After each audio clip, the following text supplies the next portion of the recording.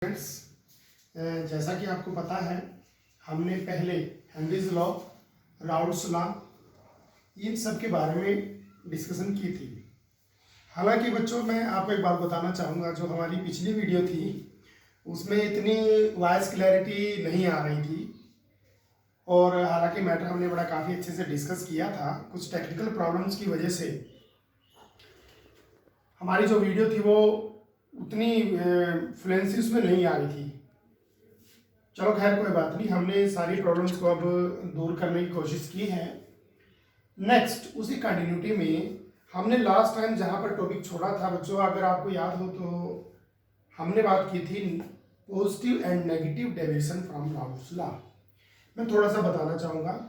हमने liquid solute लिया और लिक्विड ही सॉल्वेंट लिया, सॉल्यूट को सॉल्वेंट में डिसॉल्व किया, तो हमारे पास एक लिक्विड लिक्विड सॉल्यूशन बना।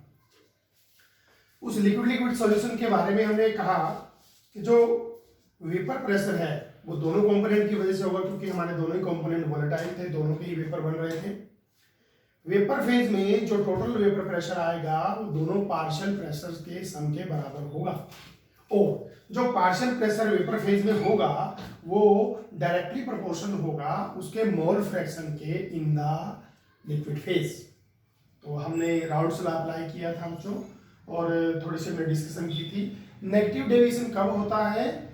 जब सॉल्यूट और सॉल्वेंट के बीच में इंटरेक्शन ज्यादा होती है।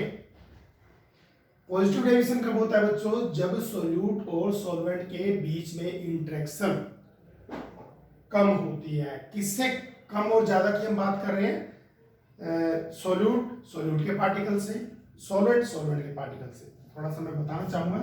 ए टाइप अगर हमारे पास सॉल्वेंट है, बी टाइप हमारे पास अगर सॉल्यूट है, तो इसके बीच में कुछ इंटरेक्शन है, इसके बीच में कुछ इंटरेक्शन है, जो नई इंटरेक्शन बनी वो ए बी है।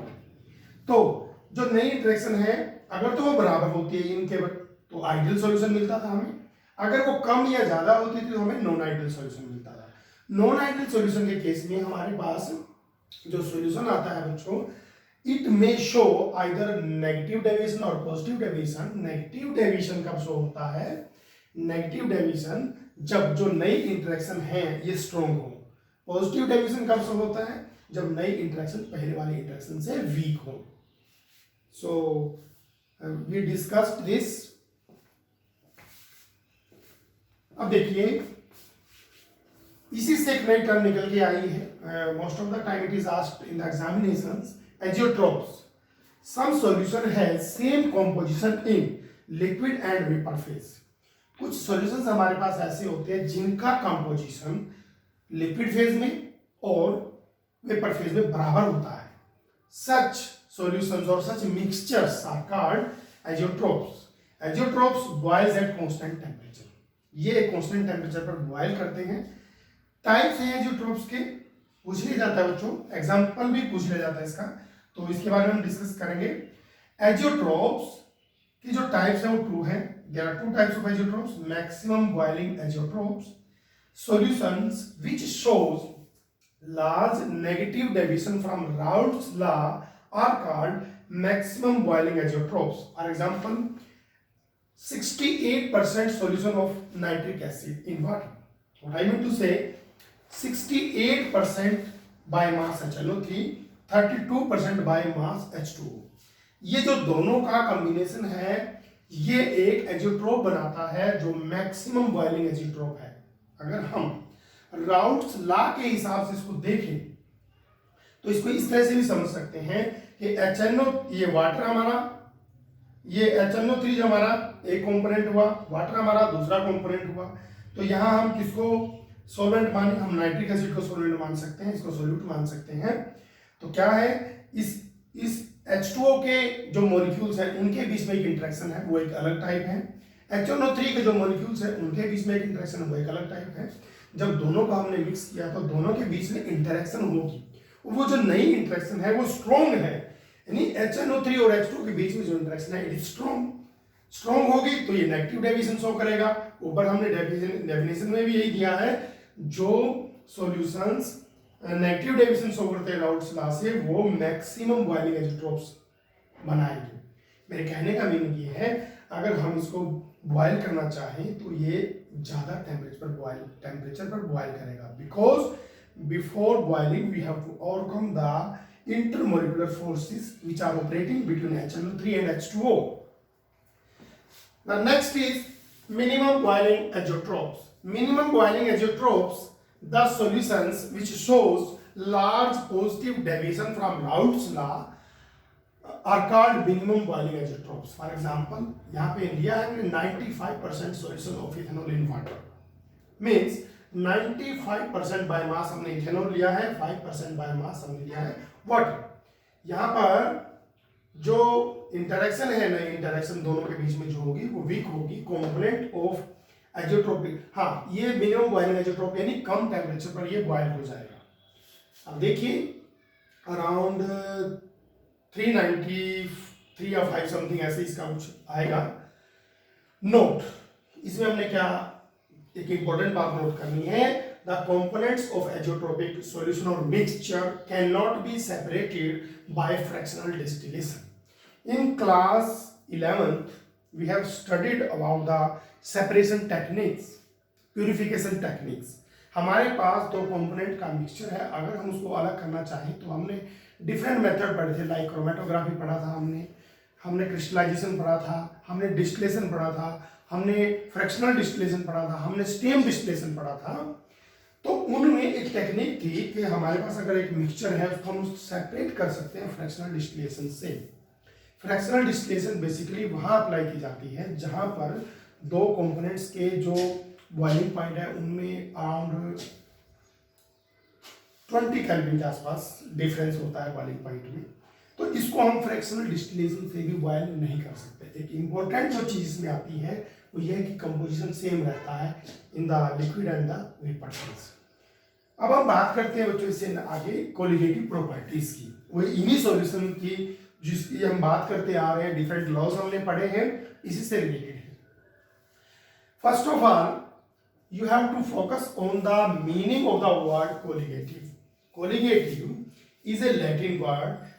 ओवरऑल इसका जो मीनिंग है वो ये है टू बाइंड टुगेदर, यानी इकट्ठे बाइंड होना.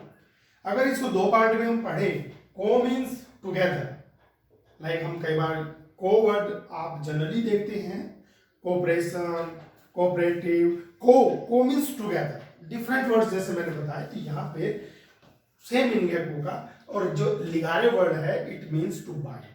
सो ओवरऑल दिस कोलिगेटिव वर्ड का जो मीनिंग है, इसका मीनिंग है टू बाइंड टुगेदर.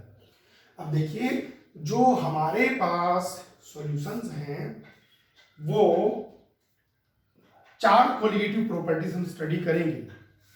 लेकिन अब कोलिगेटिव प्रॉपर्टी के जब हम डिस्कस करने जा रहे हैं, यहाँ पर राउल्ट्स लॉ के केस में जब हमने स्टडी किया था तो हमने जो सोल्यूट ऐड किया था वो हमने वोलेटाइल लिया था. वोलेटाइल वो भी उसके भी वेपर बन रहे थे. इन प्रॉपर्टीज को स्टडी करने के लिए जो हम सोल्यूट लेंगे, हमारा जो सोल्यूट होगा वो होगा नॉन वोलेटाइल. देखिए मैं ये पॉइंट आपको क्लियर करता हूं.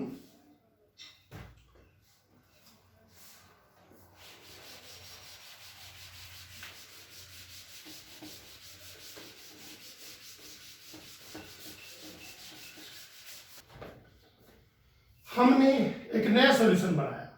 सी सॉल्यूशन के बारे में तो आप बहुत स्टडी कर चुके हैं. अब की बार मैं आपको कुछ डिफरेंट चीज बताने जा रहा हूं. सॉल्यूट आपने लिया प्लस आपने सॉल्वेंट लिया, राइट. पहले भी आप ऐसी सॉल्यूशन की बात कर रहे थे, वहां पर आपका solute as well as solvent both were volatile, यानी वेपर फेज में आपको दोनों के ही पार्टिकल्स मिल रहे थे. यहां पर क्या है, अब हम जब इन प्रॉपर्टीज को स्टडी करने जा रहे हैं, अब की बार हमने थोड़ा सा चेंज किया और देखिए इस चेंज का फर्क क्या होता है. सॉल्यूट हमने नॉन वोलेटाइल ले लिया, मींस ये वेपर इसके नहीं बनते. ओके, अब जब हमने वेपर प्रेशर की बात आपको बताई थी कि जब हमने एक सॉल्यूशन यहां पे प्रिपेयर कर लिया, यू सी ये सॉल्यूशन प्रिपेयर कर लिया, इसके जो वेपर हैं वो इस सॉल्यूशन फेज के साथ इक्विलिब्रियम में रहेंगे तो एक प्रेशर एक्सर्ट करेंगे, दैट वाज वेपर प्रेशर. अगर हम ये चीज नोट कर लें, note when a non volatile solute is added to a volatile solvent, its vapor pressure decreases. इसका वेपर प्रेशर बच्चों कम हो जाएगा. Suppose P01 is the vapor pressure of pure solvent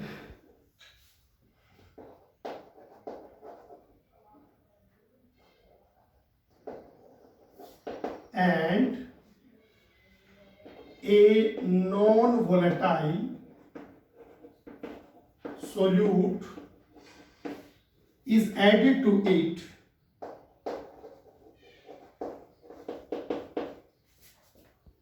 the vapor pressure of the solution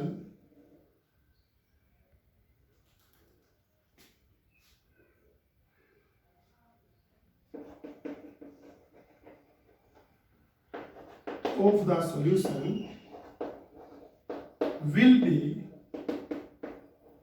P1. देखिए जरूरी नहीं है P1, आप इसको सिंपल P0 मान लें प्योर सॉल्वेंट का और PS मान लें सॉल्यूशन का, थोड़ा सा कन्वीनियंट के लिए. अदरवाइज आप कुछ भी सब्सक्रिप्ट लगा के इसको डिफाइन कर सकते हैं. हमने ये कहा कि हमारे पास जो प्योर सॉल्वेंट है उसका वेपर प्रेशर P0 है, हमने उसके अंदर नॉन वोलेटाइल सॉल्यूट ऐड कर दिया, उसका वेपर प्रेशर PS हो गया. अब बच्चों ये देखो, आपने ये देखो ए कंपोनेंट है प्योर सॉल्वेंट के, आपने अंदर इसके बी मिला दिया सॉल्यूट. अब जो वेपर्स हैं ऊपर कम जाएंगे, वेपर प्रेशर कम होगा, PS will be less than P0. इस पॉइंट को आपने नोट करना है. अब आगे जितनी भी कोलिगेटिव प्रॉपर्टीज हम स्टडी करेंगे वो इसी बात पर आधारित रहेंगी. ध्यान से सुने, वेपर प्रेशर सॉल्यूशन के ऊपर जो वेपर्स होती है इक्विलिब्रियम में, उनका जो प्रेशर होता है that is vapour pressure. Very very simple language में अगर बात करें, जब हम एक नॉन वोलेटाइल सॉल्यूट इसके अंदर ऐड कर देंगे तो हमारे पास जो सॉल्यूशन बनेगा उसका जो सॉल्यूशन का वेपर प्रेशर आएगा PS, नया वेपर प्रेशर, वो प्योर सॉल्वेंट के वेपर प्रेशर से कम होगा. Okay, this is called lowering of vapour pressure. अब देखिए, मैं आपके सामने कोलिगेटिव प्रॉपर्टीज की एक बार डेफिनेशन लिखता हूं, फिर हम आगे चलना शुरू करेंगे.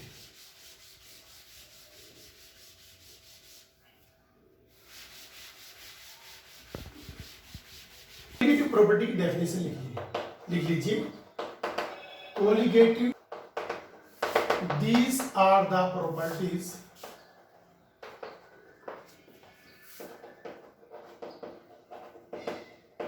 of solution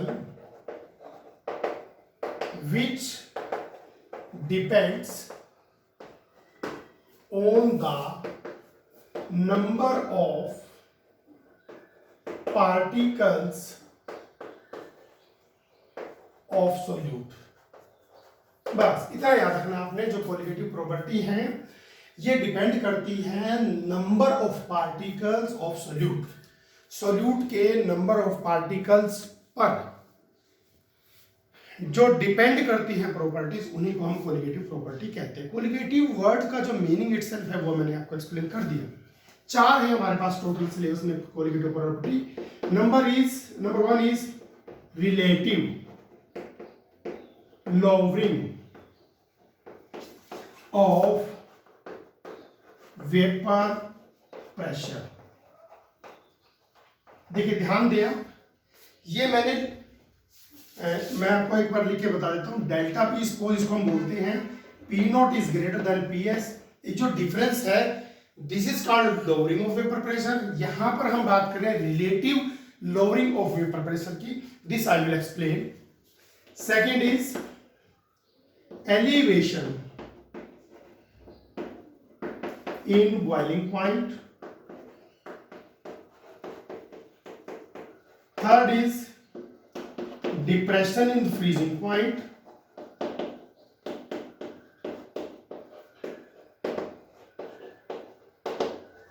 fourth is osmotic pressure. देखिए बच्चों, हमने कोलिगेटिव प्रॉपर्टीज की बात की है। सिंपली अभी आपको थोड़ी सी कंफ्यूजन लग रही होगी, लेकिन जब आप इसको आगे पढ़ेंगे सब कुछ क्लियर हो जाएगा।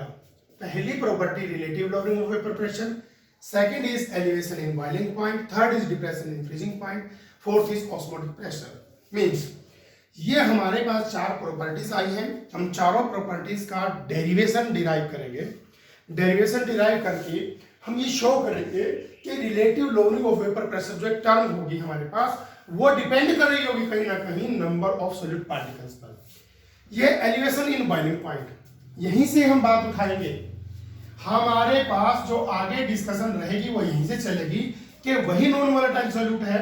मींस कोई भी नॉन वोलेटाइल सॉल्यूट हम ले लें, सॉल्यूट की जो नेचर रहेगी वो नॉन वोलेटाइल ही रहेगी। नॉन वोलेटाइल सॉल्यूट का फर्क आपने देखा सबसे पहले कि नॉन वोलेटाइल सॉल्यूट के ऐड करने से वेपर प्रेशर जो है वो कम हो गया सॉल्यूशन का।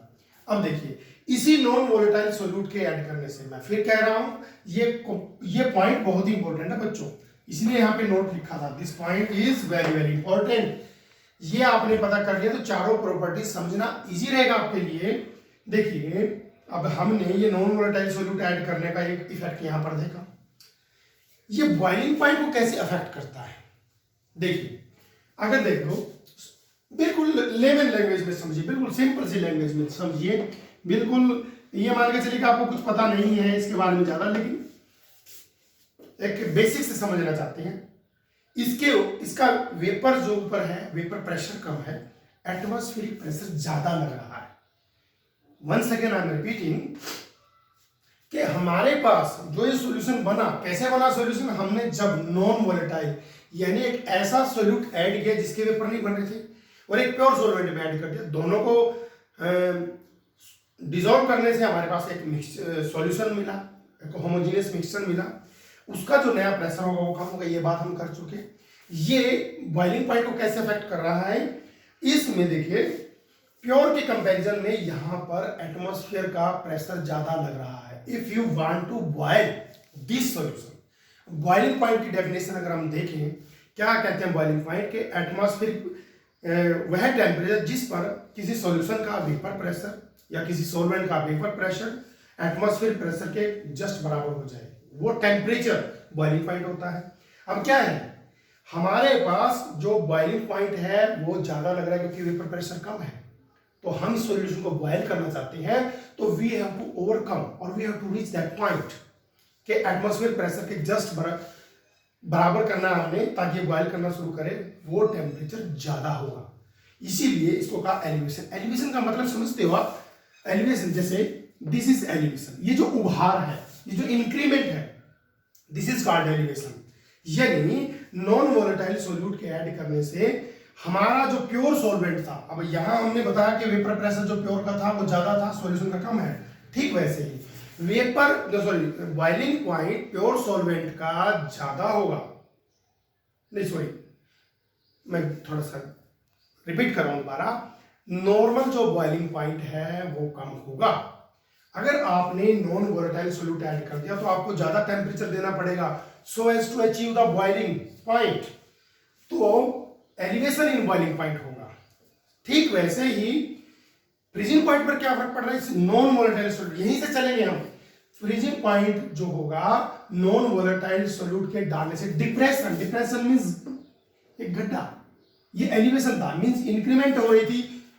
मान लीजिए यहां पर हमारा प्योर सॉल्वेंट आ रहा, प्योर सॉल्वेंट आ रहा बॉइलिंग पॉइंट, उसका हमने प्योर का लिख लिया TB और जो सॉल्यूशन है उसका लिख लिया TB, यानी सॉल्यूशन का बॉइलिंग पॉइंट बढ़ रहा था। ठीक वैसे ही यहां पर हमने लिखा TF, T0F, प्योर सॉल्वेंट का फ्रीजिंग पॉइंट, और ये हमने सॉल्यूट ऐड कर दिया तब फ्रीजिंग पॉइंट देखा तो वो आया TF, फ्रीजिंग पॉइंट। ये फ्रीजिंग पॉइंट में जो कमी आई इसको हमने कहा डिप्रेशन इन फ्रीजिंग पॉइंट। अब एक प्रॉपर्टी है हमारी इन सॉल्यूशन की, ऑस्मोटिक प्रेशर, इसके बारे में हम डिटेल में तभी डिस्कस करेंगे। अब हम इन चारों कोलिगेटिव प्रॉपर्टीज के लिए एक डेरिवेशन ड्राइव करेंगे। डेरिवेशन जब ड्राइव करेंगे तो उसमें आप देखेंगे जो डेरिवेशन है वो डिपेंड कर रहा है, यानी ये प्रॉपर्टीज डिपेंड कर रही है number of particles of solute. So मैं रिपीट कर रहा हूं, जस्ट इस वीडियो में अभी हम इतना ही करेंगे कि सॉल्यूशन कैसे बनता है सॉल्यूट प्लस सॉल्वेंट से। सॉल्यूट हमारा वोलेटाइल हो सकता है, सॉल्वेंट वोलेटाइल हो सकता है, ये हमने राउल्स लॉ में पढ़ा। अब हमने कहा हम सॉल्यूट की नेचर चेंज कर रहे हैं। सॉल्यूट हमने नॉन वोलेटाइल ले लिया, means it is not contributing towards vapour pressure. Okay, सिर्फ इतना मीनिंग है इसका। लेकिन ये प्रॉपर्टी को बड़ा जबरदस्त तरीके से अफेक्ट कर रहा है। हमने कहा suppose P naught is the vapor pressure of the pure solvent and a non-volatile solute is added to it. The vapor pressure of the solution will be PS. PS जो होगा वो कम होगा, क्यों? क्योंकि सोल्यूट के पार्टिकल ऊपर नहीं जा रहे, कंट्रीब्यूट नहीं कर रहे, तो P naught is greater than PS। इस डिफरेंस को हमने कहा लोअरिंग ऑफ वेपर प्रेशर। ध्यान दें, लोअरिंग बोल रहा हूं, यहां पे मैंने वर्ड यूज किया रिलेटिव लोअरिंग। रिलेटिव का वर्ड का मीनिंग हम आगे समझाएंगे। Colligative properties are those properties which depend on the number of particles of the solute। चार प्रॉपर्टीज हमारे पास colligative property। Relative lowering of vapor pressure, elevation, मैंने कहा नॉन वोलेटाइल सोल्यूट के ऐड करने से वेपर प्रेशर कम हो रहा है, बॉइलिंग पॉइंट बढ़ रहा है, डिप्रेशन, फ्रीजिंग पॉइंट में डिप्रेशन आ रही है और ऑस्मोटिक प्रेशर भी प्रभावित होता है। इसके बारे में हम चर्चा करेंगे नेक्स्ट वीडियो में। सो बिफोर डूइंग दिस, और इससे पहले कि इन प्रॉपर्टीज पर जाए, you have to go through these points. It's very simple and introductory lecture. Thank you.